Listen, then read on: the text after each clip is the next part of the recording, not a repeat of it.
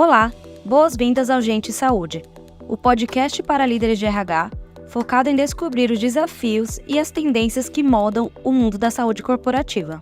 Por aqui, recebemos convidados para uma troca de insights e experiências estratégicas sobre saúde e bem-estar corporativo.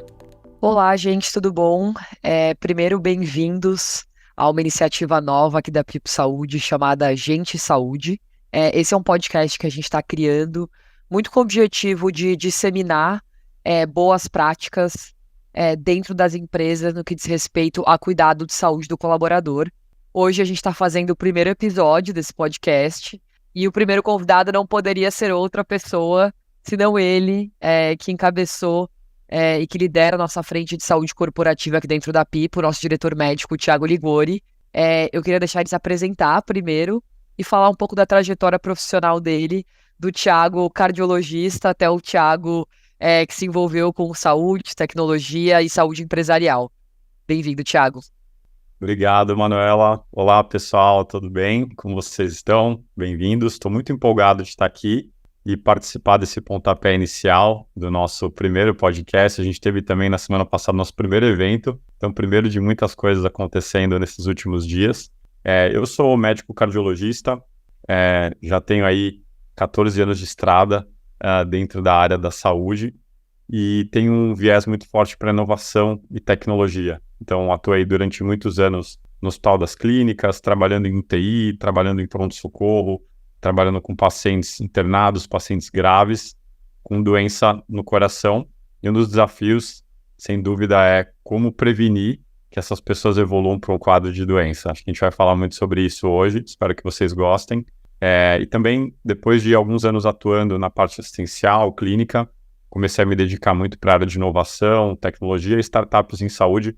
Hoje eu sou diretor médico e sócio da Pipo, e também sou doutor em cardiologia pela USP, pelo Hospital das Clínicas. Então estou animado para falar sobre esse nosso desafio, que é como usar a saúde preventiva, não só no contexto de clínicas, hospitais, mas num dos ambientes que a gente passa um terço das nossas vidas, que é o ambiente de trabalho, né? Então, animado pelo papo, obrigado pelo convite, Manuela. Obrigada, Thiago. E aí, para quem não me conhece, eu sou a Manuela Mitchell, né, CEO e cofundadora aqui da Pipo. Estou desde o começo, desde a fundação da empresa. O Ligori foi, ou como a gente chama aquele carinhosamente de Doc, foi a primeira pessoa que a gente contratou aqui na empresa, que era uma pessoa de saúde, e desde o começo ele ajudou a gente a desenhar todos os protocolos, todas as linhas de cuidado de saúde e o atendimento de saúde que a gente tem hoje como um dos grandes diferenciais aqui dentro da empresa. O que a gente combinou aqui é de tentar fazer uma sessão bem prática, né? Então, eu queria começar pelo tema de prevenção de saúde, que o Thiago trouxe aqui, né, como é um objetivo dessa conversa, que é uma daquelas temáticas que a gente ouve muito, né? Precisamos focar em prevenção, precisamos tratar a saúde, não a doença. Mas eu acho que é uma daquelas palavras que às vezes prevenção de saúde parece uma coisa muito complexa. E como que a gente aterriza isso, Doc, pensando no RH para o dia a dia das empresas, como a gente tangibiliza isso para o colaborador e de fato passa a tratar a saúde e não a doença dentro das empresas? Boa, ótima pergunta, Manu. Acho que o primeiro ponto, você que é RH, que está nos ouvindo hoje, primeiro a gente começar pela definição, né? A gente ouve muito falar sobre que iniciativas que as empresas podem fazer no dia a dia, como é que elas podem cuidar da saúde dos seus colaboradores, inclusive dos seus dependentes também. Mas uma primeira definição, para a gente colocar todo mundo na mesma página, saúde preventiva ela é uma medida, é um conjunto de medidas ou iniciativas focadas em duas coisas principalmente.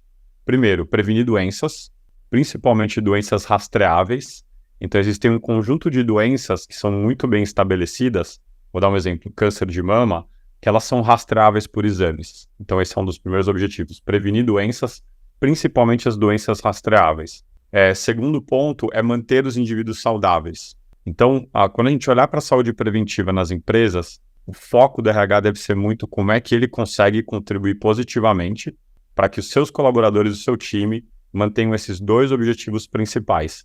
E aí o desafio é gigantesco. Primeiro, você tem uma série de players na saúde que interagem com esse time de pessoas, de gente de RH nas empresas, e nem sempre fica claro qual é o papel de cada um e como o RH pode contribuir dentro dessa jornada de saúde do seu colaborador e do seu time.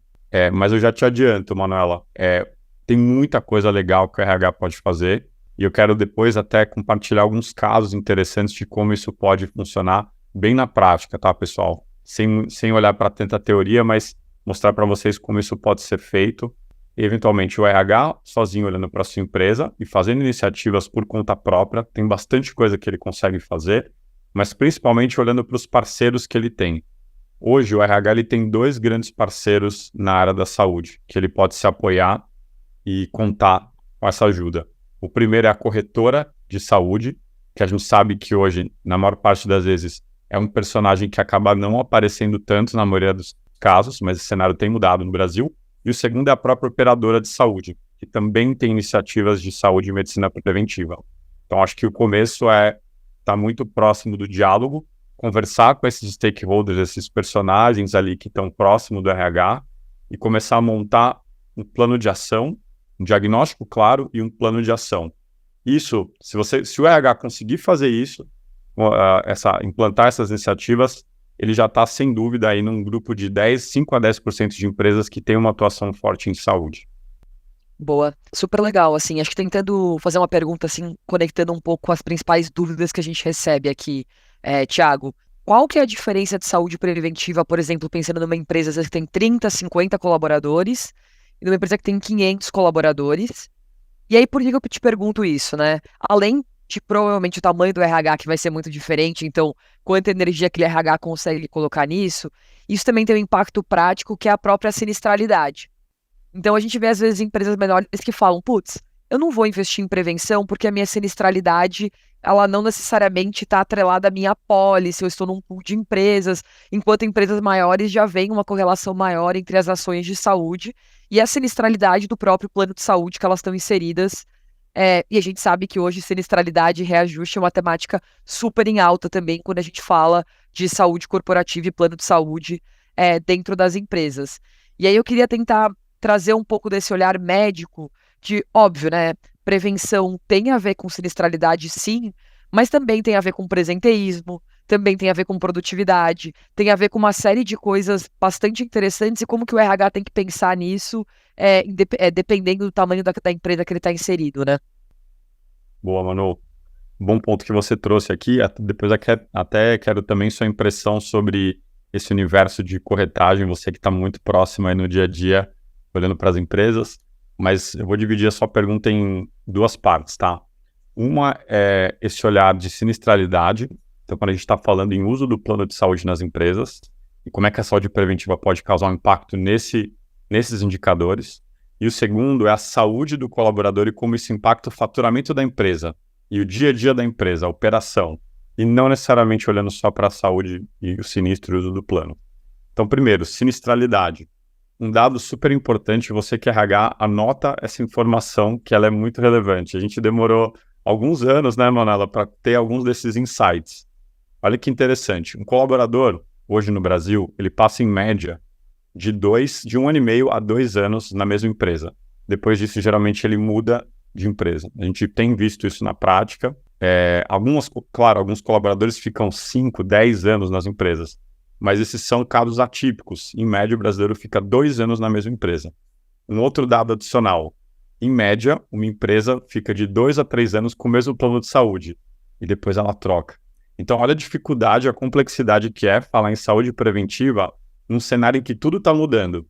Como é que você vai olhar para a saúde preventiva de um indivíduo que pode estar 2 a 3 anos com você? E como é que a operadora vai olhar para a saúde preventiva também de uma pessoa que pode estar 2 a 3 anos só na carteira dela? Quando a gente fala em saúde preventiva, a gente está falando em medidas e iniciativas para prevenir doenças que podem acontecer daqui 5, 10, 20 anos. Então tem um desafio grande quando a gente olha para sinistro. Mas hoje a gente já vê diversas iniciativas de empresas que entendem que esse cuidado ele é importante. Então não só olhando para quando esse sinistro vai acontecer, mas como que isso sinaliza para o time de colaboradores que a empresa se preocupa com a saúde dos colaboradores e dos dependentes. Então, hoje você tem uma dificuldade grande em implantar medidas preventivas que vão gerar uma causa e efeito direta no sinistro. Eu fiz um programa de prevenção e isso gerou uma redução do meu sinistro em alguns anos. Super complexo. Por isso que a gente vê hoje são muitas empresas olhando para faturamento e como isso pode impactar, como você falou, no presenteísmo e no absenteísmo. Um dado paralelo, tá, em relação à saúde preventiva, que é a saúde mental. Já tem estudos que mostram que a cada R$ 1 investido em saúde mental, você economiza 4. Então, olha a saúde preventiva na ponta, né? Se você fizer medidas e programas de saúde mental na sua equipe, na sua empresa, você pode economizar R$ 4 lá na frente. Então, é possível fazer a medicina preventiva e saúde preventiva de qualidade, mas você tem que entender que é um cenário complexo também, e para isso conseguir gerar uma causa e efeito no sinistro, você precisa estar muito bem estruturado e fazer alguns cases que a gente vai falar um pouquinho mais para frente, né? Super interessante, Thiago. E eu acho que, assim, só dando um pouco dos meus centavos aqui do que eu tenho visto também, no que diz respeito à prevenção e como eu acho que os RHs deveriam estar pensando mais em relação a isso. Muito RH está buscando a redução de custo, né? E acho que saúde é uma daquelas coisas complexas na vida que tem ciclos longos, né? Os ciclos de prevenção, eles são longos, os ciclos de doença, eles são longos. Eu acho que o RH, antes dele perseguir redução de custo, a primeira batalha deveria ser visibilidade e controle de custo. Então, a gente ainda vê muita gente que traz pra gente a dor, né, de querer uma redução de custo, mas quando chega num reajuste, por exemplo, não tem a menor visibilidade de qual, num período de reajuste, né, qual que vai ser o reajuste esperado como plano de saúde. E eu acho que a corretora, toda essa questão de prevenção, de rastreio de população que o Thiago trouxe aqui, ela é muito importante para conectar os pontos e entender o que eu posso esperar do meu sinistro e como eu consigo alinhar as expectativas internamente com os meus stakeholders enquanto RH em relação a isso.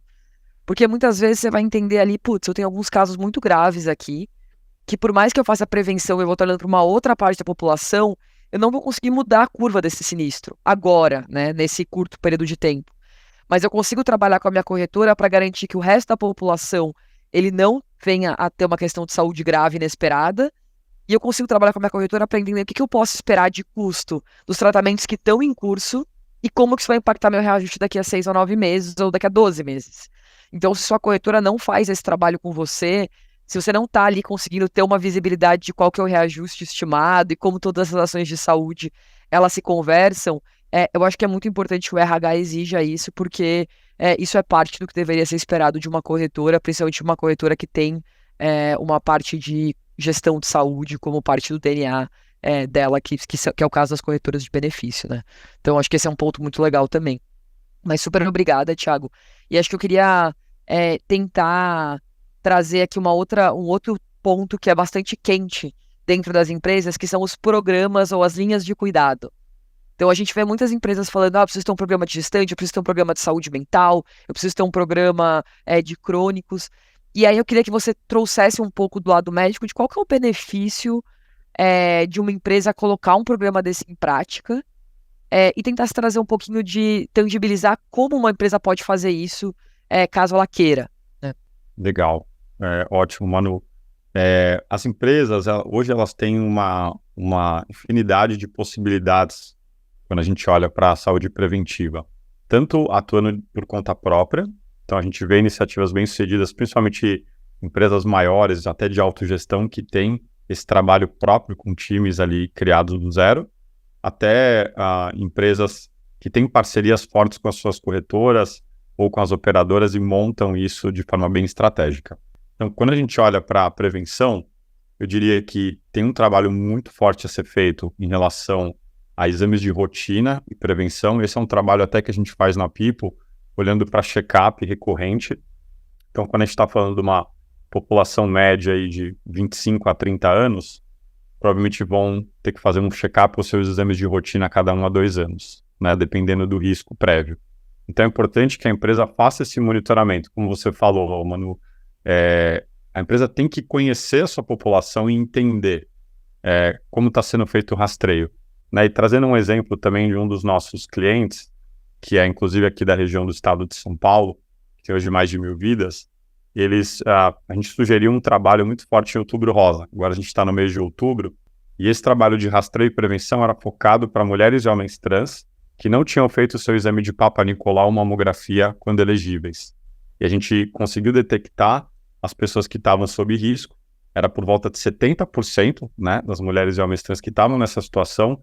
A gente conseguiu fazer um trabalho proativo, que inclusive é uma grande diferença hoje na saúde preventiva, não só ter um time que fica de forma passiva esperando o colaborador entrar em ação, mas um time de saúde que vai atrás, engaja as pessoas no cuidado.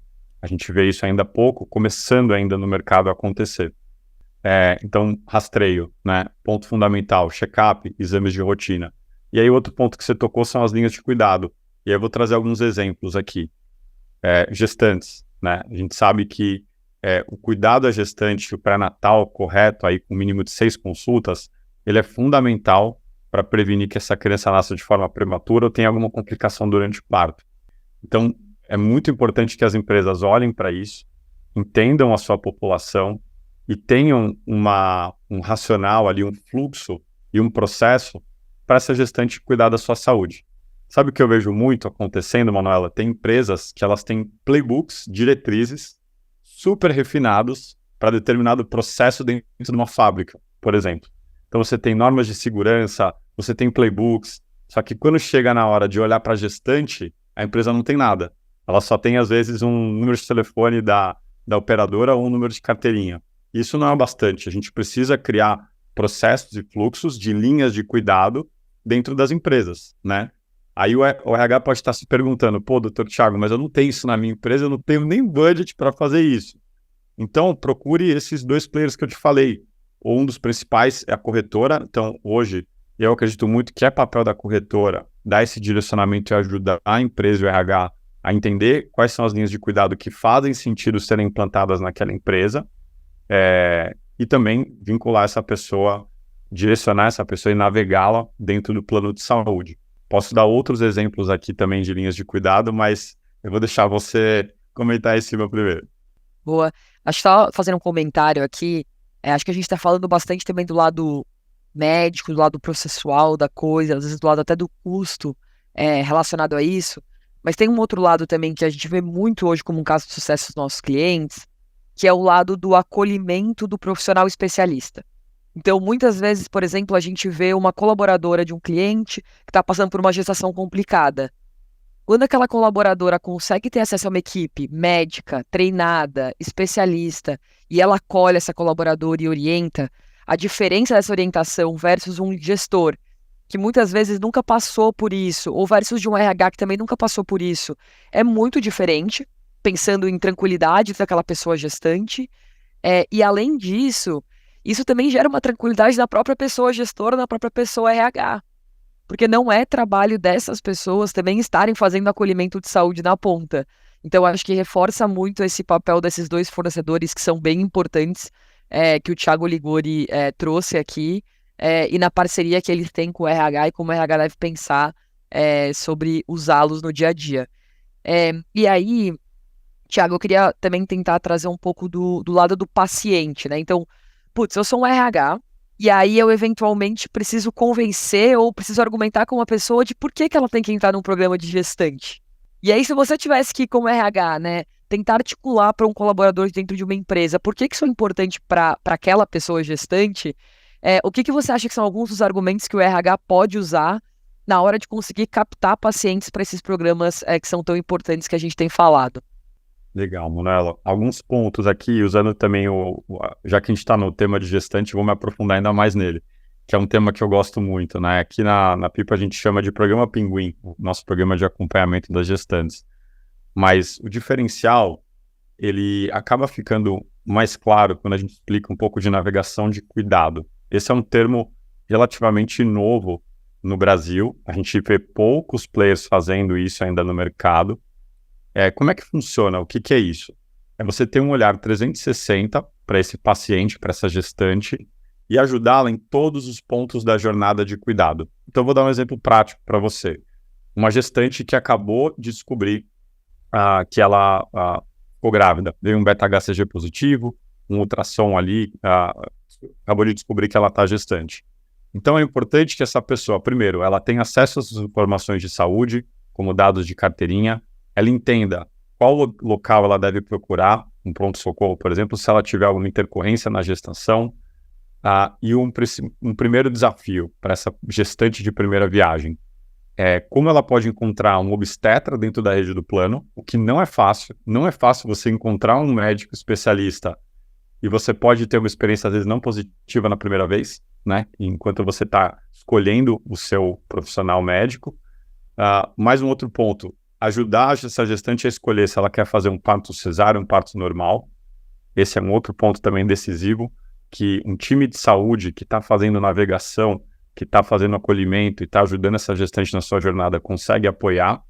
A escolha do hospital, né? Caso essa gestante opte por fazer o seu parto cesáreo, o seu parto normal, é importante que ela escolha, né, qual hospital ela quer recorrer, montar o seu plano de parto, que é uma cartilha extensa que fala todas as preferências da gestante para a hora do parto, né? Então, que tipo de anestesia ela está disposta ou não a tomar, que tipo de ambiente ela prefere ou não, que tipo de profissionais vão estar envolvidos durante o parto. Então, é uma série de micro decisões ali que é muito mais difícil a pessoa conseguir tomar se ela não está engajada numa linha de cuidado ou numa jornada de cuidado e principalmente com o mesmo time, né? O que a gente vê hoje no sistema de saúde é que tudo isso é muito fracionado. A pessoa passa como enfermeira, aí daqui a pouco passa com o médico, aí passa com outro médico que não conhece o primeiro médico, que nem conhece o paciente. Então isso vai quebrando e fracionando o cuidado, não cria um vínculo com essa pessoa de confiança, e isso pode levar a uma experiência ruim, né? Tem até um vídeo nosso, testemunho no YouTube, depois procurem lá no nosso canal da Pipo Saúde, que mostra o case, esse é um case público, tá, pessoal, de uma das nossas gestantes, que é de um cliente nosso chamado Funcional, que é uma das maiores empresas de tecnologia em saúde do Brasil também. E olha que interessante, né? Ela fala que, apesar de ter o seu médico obstetra, uma das pessoas que ela mais confia no cuidado é a enfermeira da Pipo, que está apoiando ela nessa jornada. Então, acho que não é fácil o RH conseguir mostrar esse valor no primeiro momento, mas é um trabalho educacional e mostrar para essa gestante o valor que é ter um time de cuidado apoiando e fazer parte de um programa ou linha de cuidado. Boa. E acho que só fazendo um comentário aqui também, que é interessante, que a gente vê, né? Esse vídeo que o Thiago tá mencionando, ele é muito interessante porque ele tem uma frase que é um abre aspas, que é: a enfermeira da Pipo é a minha enfermeira obstetra. E aí fecha aspas, né? E eu acho que essa frase ela é muito interessante porque a pessoa, ela enxerga nesse programa de saúde uma pessoa que tá aliada e que tá ali para ela. E é quase que como se fosse uma pessoa neutra em relação ao próprio médico que ela escolheu. Então o programa tem muito esse lugar de você ter sempre uma segunda opinião médica, de você ter sempre alguém especialista para se consultar. E esse programa pode ser sim um programa feito por uma corretora, como o programa Pinguim que a gente faz aqui na Pipo. Mas esses programas também existem dentro do âmbito da própria operadora. Então, por exemplo, caso você seja um RH, às vezes que não atua com uma corretora, ou que tem uma corretora que não é tão atuante assim, você também consegue mapear esses programas do lado da operadora e tentar direcionar os seus próprios colaboradores para esses programas e para essas linhas de cuidado. Pode ser uma maneira também de conseguir operacionalizar isso de um jeito que não é tão intensivo em horas do RH. E aí, acho que para também falar um pouco mais de casos e de pontos práticos, Ligor, eu queria trazer um gancho aqui que eu acho que os RHs gostam muito, que são os meses coloridos. Então, a gente tem um calendário bastante extenso, né? O ano inteiro a gente tem um mês colorido cada mês. E no final do dia, esses meses eles acabam atuando como ganchos para a saúde preventiva, para a gente conseguir levar os colaboradores para atuarem sobre algum aspecto ou algum âmbito da saúde deles, seja saúde física, saúde mental, saúde em algum sentido. E aí eu queria falar que você trouxesse um pouquinho de como tem sido a experiência de operacionalizar esses meses coloridos com os nossos clientes e como que o RH pode sair um pouco daquele lugar comum. Porque eu acho que a gente ouve muito a reclamação de, putz, os meses coloridos, às vezes eles são mais do mesmo, ninguém engaja, eu mando um e-mail, o colaborador já não aguenta mais isso. Então, trazer um pouco desse know-how também para ajudar os RHs nesses meses, dado que a gente está em Outubro Rosa, temos Novembro Azul, que são talvez os dois dos mais conhecidos aqui dos meses coloridos. Legal, Manu. Eu vou confessar uma coisa para você aqui, tá, ao vivo. Eu era muito cético no começo em relação a palestras em empresas, tá? Quando eu comecei a atuar mais próximo da Pipo com saúde corporativa. E já tem quase 4 anos isso, né? E uma das coisas que eu aprendi nessa jornada é que apesar da palestra ela ter um foco muito de conscientização e educação, ela acaba servindo de gatilho para muitas pessoas começarem a sua jornada de saúde ou procurarem ajuda. E isso eu vi acontecer em diversas empresas, tá? A gente tem clientes hoje que são desde startups, por exemplo, como a Loft, como a Madeira, que é um cliente nosso também grande no sul do Brasil, que tem filiais pelo Brasil todo, até clientes operacionais também, como a Vale, de Pernod Ricard. Então, mais de 200 clientes no Brasil todo, eu tenho visto essa realidade acontecendo em cada um deles. E olha que interessante, toda vez que a gente implanta um desses meses coloridos, e aqui, para quem talvez não conheça ainda, a gente está falando aqui em setembro amarelo, outubro rosa, novembro azul, dezembro laranja, janeiro branco, e por aí vai. A gente escolheu aí muito a dedo iniciativas mês a mês, que estão vinculadas a uma conversa e materiais ricos também, muito vinculados à saúde preventiva, né? Como a gente está falando sobre esse tema hoje. E olha que interessante, toda vez que a gente entra nessas empresas, seja de forma virtual ou até presencial, e a gente fala sobre um tema de saúde, é impressionante o engajamento que as pessoas têm em relação a levantar a mão e começar uma jornada de cuidado com o time de saúde da People, ou às vezes até no mesmo dia marcar sua consulta com o médico da People e já fazer um diagnóstico de uma doença. Isso aconteceu em um dos nossos clientes agora no Setembro Amarelo.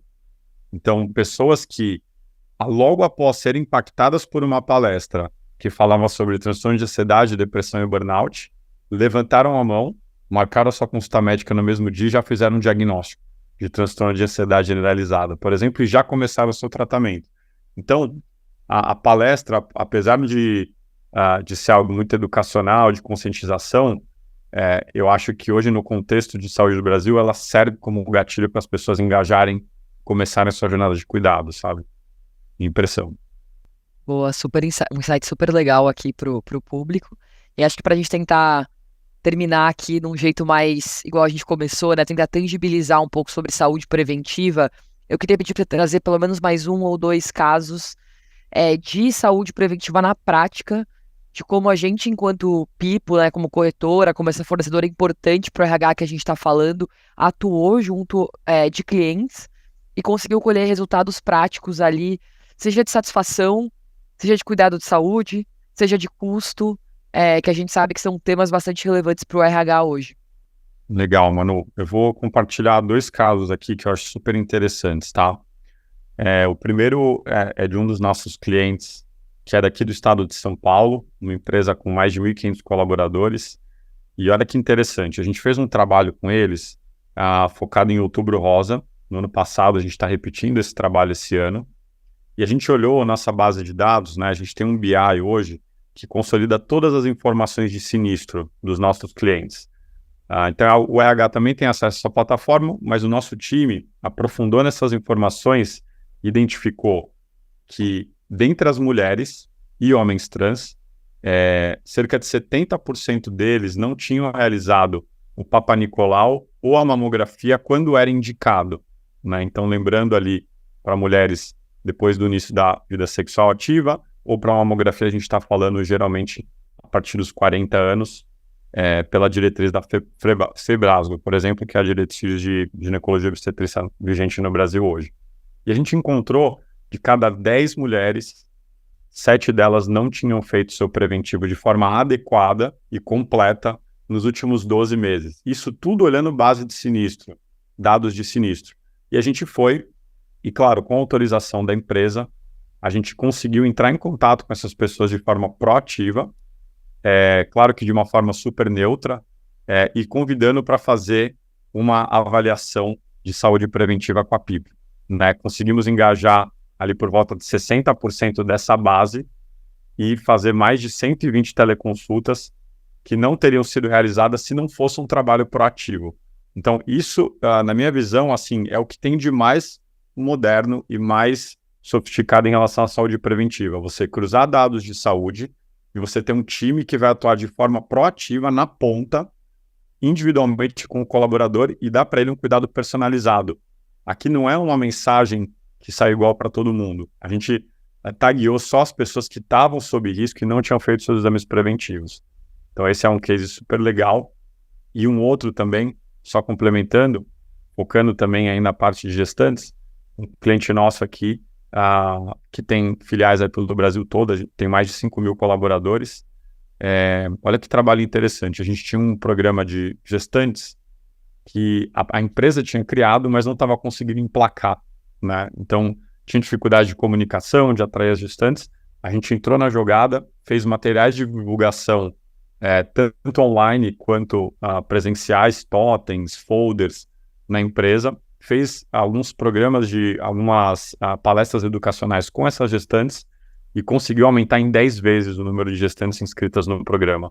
Então, com uma adesão super legal e gerando impacto na ponta, na prática. Super legal. E acho que para a gente terminar do jeito mais clássico que um podcast pode terminar, né?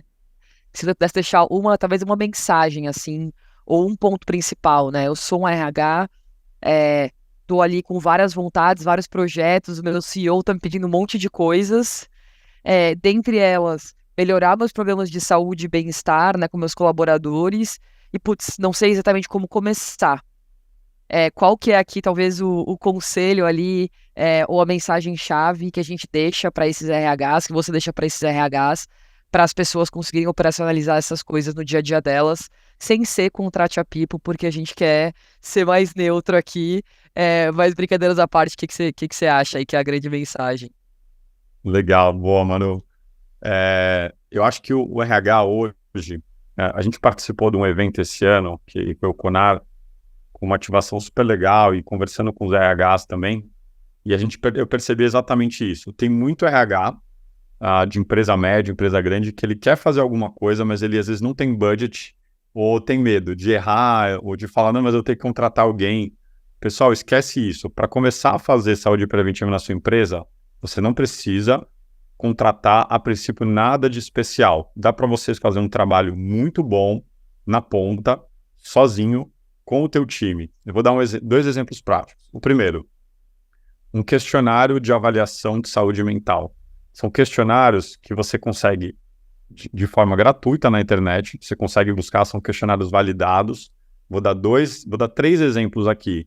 Questionário GAD-7 de ansiedade, questionário PHQ-9 de depressão e questionário MBI de burnout. Você, como RH, consegue aplicar esses questionários na tua empresa. Então, copia e cola, aplica isso e você já vai ter o primeiro ponto que você falou, Manu, lá no começo, diagnóstico. Você vai começar a entender como está a tua população. O que acontece na maioria dos RHs no Brasil hoje? Eles não sabem e não conhecem direito a saúde da população. Então, você chega para um RH que está super animado para fazer saúde mental, quer fazer 1000 iniciativas, você pergunta, quantas pessoas na tua empresa estão sob risco de saúde mental, de ansiedade, depressão, burnout? O RH não sabe. E dá para fazer isso na prática. Basta você pesquisar e implementar. Esse é um exemplo. O segundo, tem iniciativas das operadoras. As operadoras estão se movimentando cada vez mais para fazer programas de cuidado, linhas de cuidado e prevenção à saúde. Então, a gente tem na Sul América o Saúde Ativa, a Mil tem diversas linhas de cuidado, incluindo para criança com autismo, pessoas com dor nas costas, pessoas que têm quadro de câncer. O Bradesco tem clínicas de saúde e medicina preventiva, que é a clínica Meu Doutor Nova Med. Então, não faltam opções dentro das operadoras para você levantar a mão e conseguir engatar alguma iniciativa na tua empresa hoje. Boa.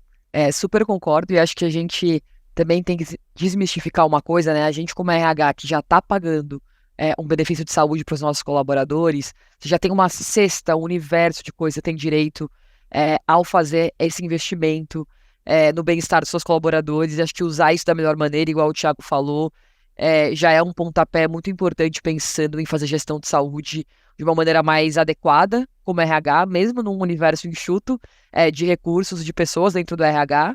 Acho que o segredo aqui é priorização, né? Talvez escolher uma batalha, fazer, testar, ver se foi legal, ao invés de abrir múltiplas frentes de uma vez só, porque a gente sabe que o mundo de startup ensina muito a gente sobre isso, né? De muitas coisas ao mesmo tempo, provavelmente vão levar essas coisas todas para o fracasso. Mas enfim, queria agradecer muito a participação do Thiago Ligor nesse primeiro episódio. Acho que foi super incrível a troca, a gente conseguiu aterrissar bastante muita coisa para os RHs fazerem aqui no que diz respeito à saúde preventiva e gestão de saúde. Então, obrigada por dividir seu tempo e seu conhecimento com a gente, Doc. Prazerzão ter você aqui. Super obrigado, Manuela, pelo convite. E, pessoal, fiquem à vontade, se precisarem de alguma ajuda, um RH quiser saber mais informações, podem nos procurar aqui no nosso site na pipsaude.com.br também. A gente está super disposto a ajudar RHs que estão interessados em mudar a saúde das suas empresas. Contem com a gente. Continue ouvindo Gente Saúde, que tem muito mais coisa boa vindo por aí também. Valeu, gente. Obrigada.